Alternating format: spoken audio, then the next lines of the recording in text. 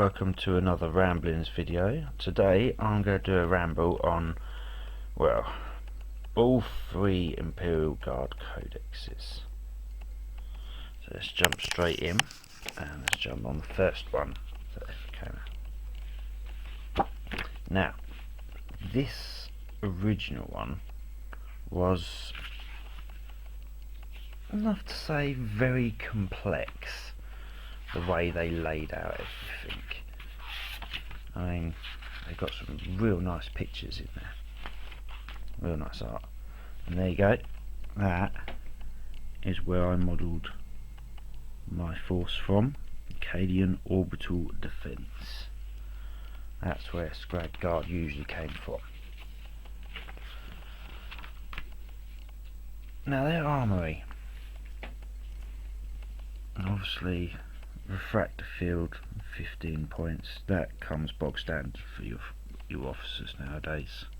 You don't have to pay for that. There's a lot of things in here that are very cheap points for what they are now. 5 points for a power weapon, 15 now.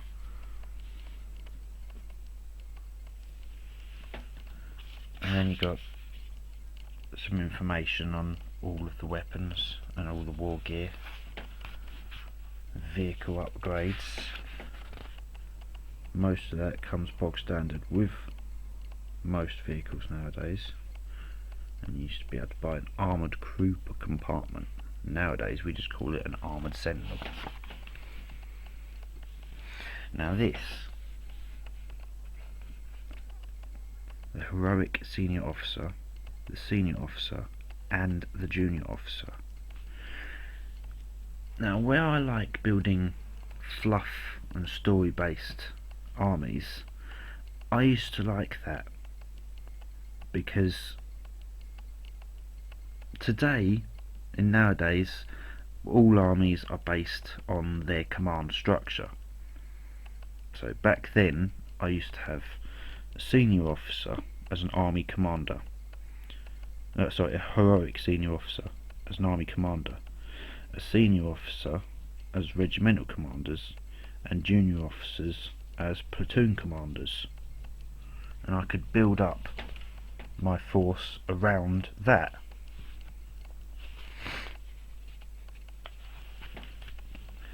And then keep going through. There you go, the old name, Stormtroopers. That's what they should be. Hardened veterans. They weren't just plain veterans, they were hardened veterans. Lord knows why, a veteran's a veteran. Infantry. They used to be 60 points each, and then you'd pay for weapons and upgrades. Some of you that have never seen this book before, you're probably thinking, what the hell? Upgrades? Why would you pay for upgrades? What upgrades? They come in a little bit, which make this whole codex very confusing. I mean, 60 points for an infantry squad, 6 points for a veteran sergeant, and then you'd buy the weapons for it: las cannon, mortar, heavy bolter. Yeah, more 10 points, not 5. And then all of the other things you would add on. And then I'll get to the upgrades later. And they actually separated this section. Now, Lord knows why they did it. Armoured Fist Squad. First off, you'd pay for the infantry, then you'd pay for their weapons, upgrades, and then the transport. Now, that's exactly as it sounds. It is just an infantry squad with a chimera. There was no reason to have this section on the page, but they added it in, filled out a few extra things on it and that. Yeah, my kid got hold of the book when I was younger. He was only like 2, he's now 5 years old, and well, he's got a 2,000 point Space Marine army. Rough Riders. Now, I'm going to get into them in another video, because where I'm trying to build a pure infantry based army, a good competitive list that could do well in tournaments, Rough Riders are the only way I have that can guarantee to get across the field to actually catch the points. So I'm gonna have to focus on getting some Rough Riders.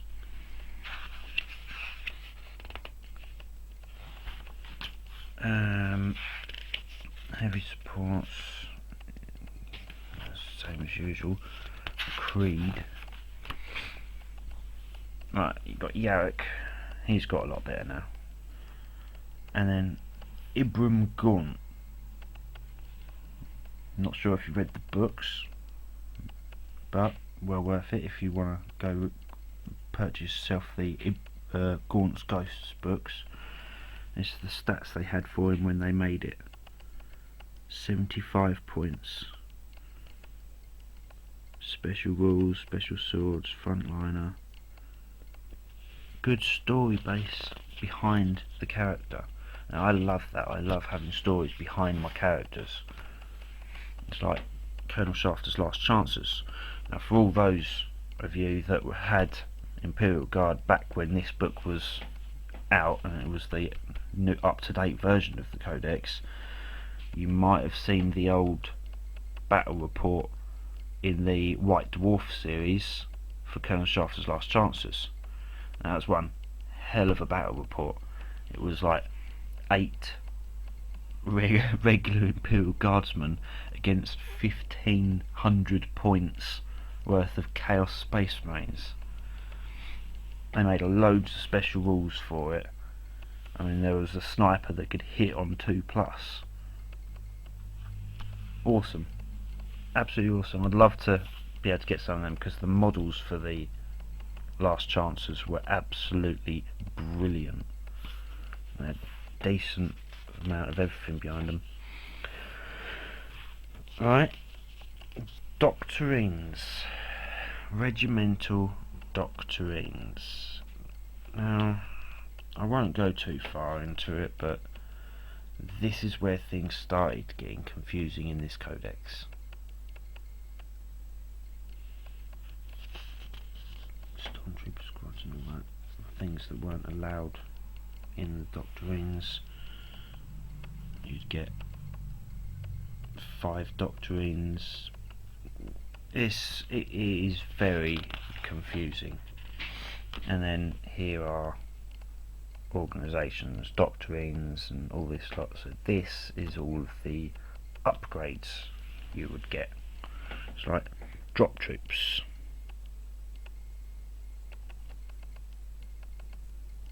grenadiers. Your entire army could have grenadiers, mechanised, drills and skills. And then you get things like this, close order drill. This is basically the order, first rank fire, second rank fire, but you had to force yourself into that setup to get it. Didn't make a whole lot of sense, and a lot of infantry died, so they made the orders come out, and that made the Imperial Guard fight a lot better. Other upgrades that you could purchase for them, like Chem Inhaler. If they fail morale for 25, they'd be pinned rather than falling back. Camoline, basically camo cloaks, compass armour, cyber enhancements, warrior weapons, all different sorts of upgrades that you could get. You've got all the different types of Imperial Guardsmen. They didn't know, I honestly think they didn't know what they were doing when they made this codex, so they filled it out as much as possible just to try and fill it out.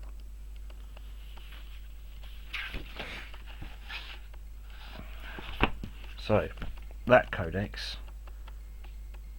it was okay, but it did get very confusing.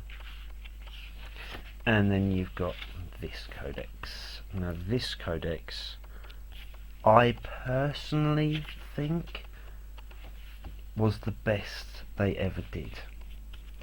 And This is just because of a couple of characters that they dropped in the last codex. I mean, Company Command Squad, 50 points. I believe it's now 60.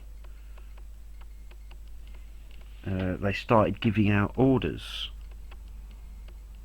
They started using astropaths, Master of Ordnance, Officer of the Fleets, and you could purchase 2 more models to go in with your regimental command for bodyguards. Excellent. Fluff based. You didn't have to have an Orc Dead Dog, which they did have here anyway, because where I run my guards with loads of commissars, I tend to run the whole storyline that I don't like to use the hybrids. I don't like the Ogreens, the Ratlins. I know they are good in playing battles and they will severely help me on my just infantry lists, but where I'm a story based player, I wouldn't ever choose to have them myself. I would never choose to have them just because of the commissars. I run my list mainly on commissars. And then you got Creed, Kel, Strachan still in there. Lord Commissar Yarrick, Prime Psyker. Prime Psyker wasn't actually used like he was back then. Like he is now. It's all different. Everything has changed. Marbo. Now that was a definite model that if they brought back, I would definitely go out and purchase. I mean, who with an infantry only list wouldn't purchase yourself a model that's based on Rambo? Decent character. I mean, he's got some real decent skills. You could deep strike him without scatter up to no less than 1 inch from an enemy model. Ripper gun, venom blade, melter bombs, demolition charge, fearless stealth, move through cover, hit and run, fleet, loner, and he's behind you. He was just awesome. Now this is the part that really upset me in the new codex. These 2 characters. I miss them and I want them back. Commander Chenkov, his special rule or special order that he was given was send in the next wave. Now you get, say, let's start off with Tyranids. They get their, I've forgotten what they're called, but they can constantly breed new troops onto the field. And then that's not the only army that you can chuck a load of new things on. Necrons, they get more scarabs coming. And they can get more warriors coming. And you get demons, they can just, on their psychic phase, get more demons coming. Their force could go from 1 regular size and multiply 3-4 times fold just by bringing new characters in. That's what he did. And I miss that. Send in the next wave. It could only be conscripts, but they would have to come on your table edge, meaning you give them send in the next wave. This guy had a hell of a storyline behind him. A hell of a storyline. He would give everything within 12 inches. I think it's fit. No. Is it fit? No, stubborn. He would give everything within 12 inches stubborn, and that's because his storyline, he would execute anyone that even dared to turn around while on the battlefield. So with his sending the next wave, he'd send 50 conscripts out onto the battlefield. They start getting slaughtered and start running back with their leadership 5. He would give out the order, send in the next wave. You'd remove all the models left from that conscript squad and class them as dead. So basically he would have executed every single one of them for fleeing. and then you'd get a whole new conscript squad. Now leadership 5, most times it wouldn't actually happen, so you wouldn't get your models on, but every now and then with sending the next wave order, you would get a whole new squadron of 50 conscripts. Very handy, and I absolutely miss this guy. They should bring him back. Fearless commander, I absolutely loved him. And then you got Captain Al-Rahim. I miss this guy as well, because when you're foot slogging your infantry, and if you're going like me and you want a pure infantry based list, if you're going hammer and anvil, you are never going to get your men across the battlefield to collect the points on the other side of the table. You're never going to get in the enemy's ranks. This guy, you wouldn't have to worry about rolling that one to be able to outflank D3 units. This guy, because of stalk the enemy, you have to outflank with his entire platoon. So if they brought this model back, Captain Al-Rahim, I would outflank him with his platoon command, 5 infantry squads, 3 special weapon squads, and a conscript squad. I'd have to have that many models, because as soon as they're on the table, they're in the scopes of the enemy. They will get a lot of shots fired at them. You'd lose a lot of men. So they gave this guy the chance for infantry based lists to actually get to the opponent's table half and actually be able to use some tactics. But then the new codex, they dropped both of these guys. Absolutely sad. I miss both of these guys. The storyline behind Captain Al-Rahim, stalk the enemy. The only reason he has to outflank is because his entire platoon would stalk the enemy like weeks, if not months, before a battle, wait for the opportune moment to actually strike, and they could strike from outflanking. I miss these guys and I want them back. And then you got all your bog standard stuff. Penal Legion. And that's basically Colonel's officer's last chances, like it says there. But they gave them a weird set out name. Lord knows why. Yes, this guy, Sergeant Bastone. I can honestly say I didn't actually see the point in this guy. I never saw the point in this guy. 60 points for a guy that doesn't really do a whole lot. He's just a commander of a veteran squad. So yeah, I never bothered with him. Rough Riders. Ah, here we go. I miss this guy as well. This guy would be very handy when I get my cavalry.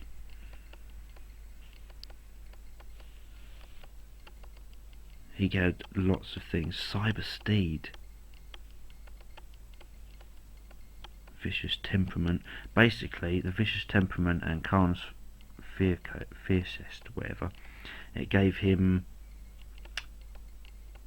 the what is it? It gave him loads of special rules. Go to check it out, shall we? Just stick that there. 66. Here we are. There you go. Fearless and Rage.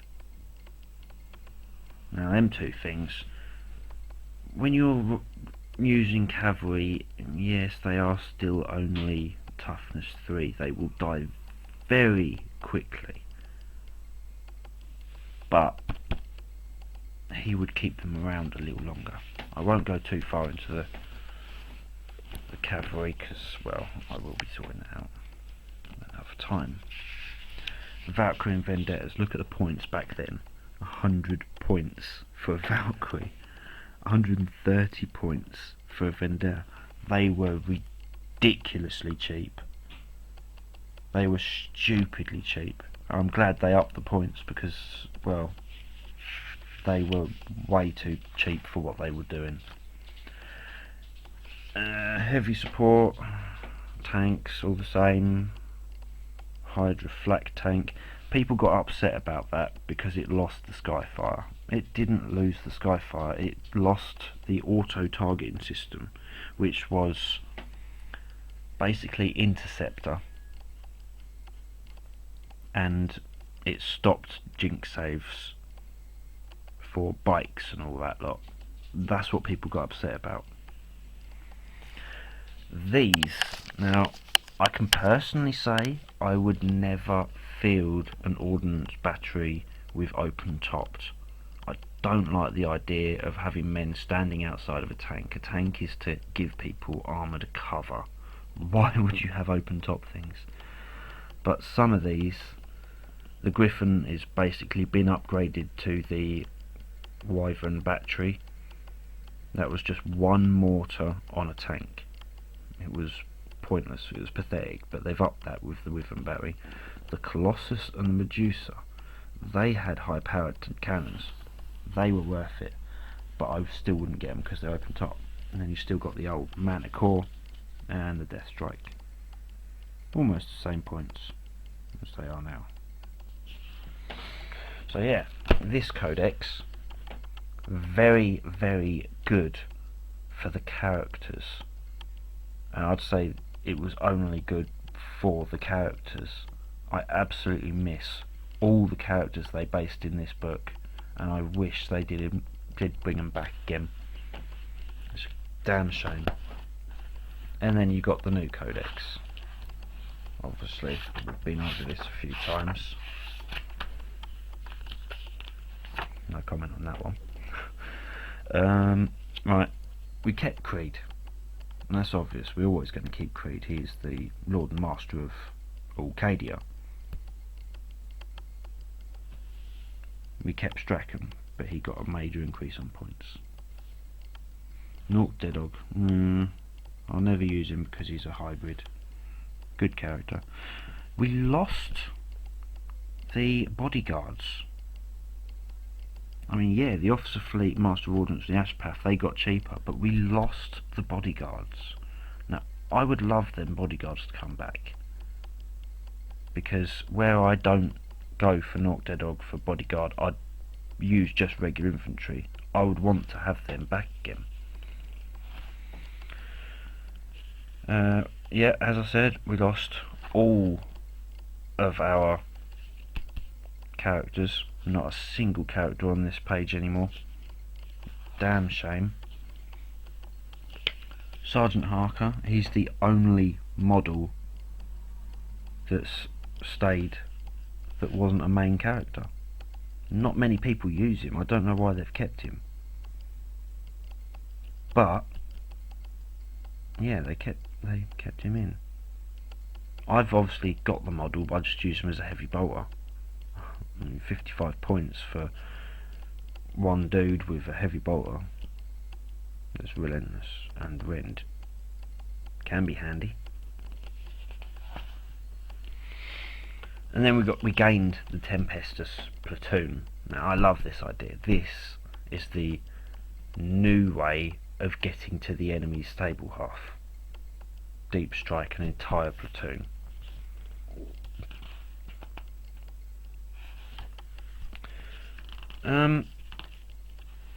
So yeah. Otherwise, out of all the codexes, I would say the original one was very confusing. It was very confusing the way they laid it out and all the things they added in and the doctrines that you had to choose. It made no sense. And then you went to this next codex. I severely, really badly miss all the characters, and I wish they could bring them back. I'm hoping with this new Imperial Guard supplement that they're doing, they do bring them back, but for the life of me I can't see them doing that. I miss this. And then the new codex, filled out, got cheaper, lots of good things in there, but no characters. When I'm trying to build an infantry base list, that's just awkward. All 3 codexes put together, if you could use all 3 codexes and pick and choose bits from each, you could build one hell of a list. But yeah.